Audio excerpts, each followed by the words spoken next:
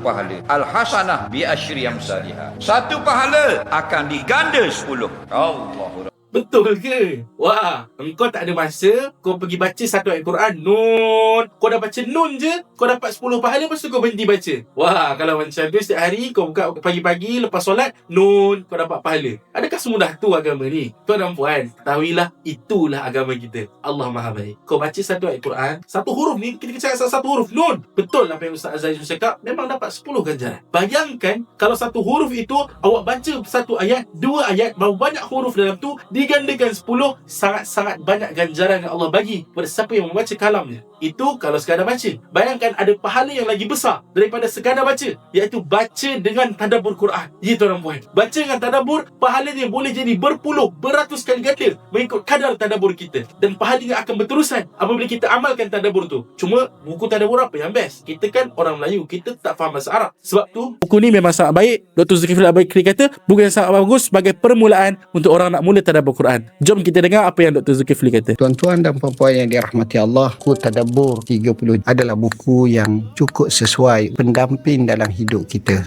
Jom kita miliki buku ini kerana dia merawat rasa duka kita, rasa sedih kita, rasa sempit hidup kita. InsyaAllah Tadabbur Al-Quran satu tingkatan yang baik dalam kehidupan kita. Marilah sama-sama kita tadabbur ayat-ayat suci Al-Quran.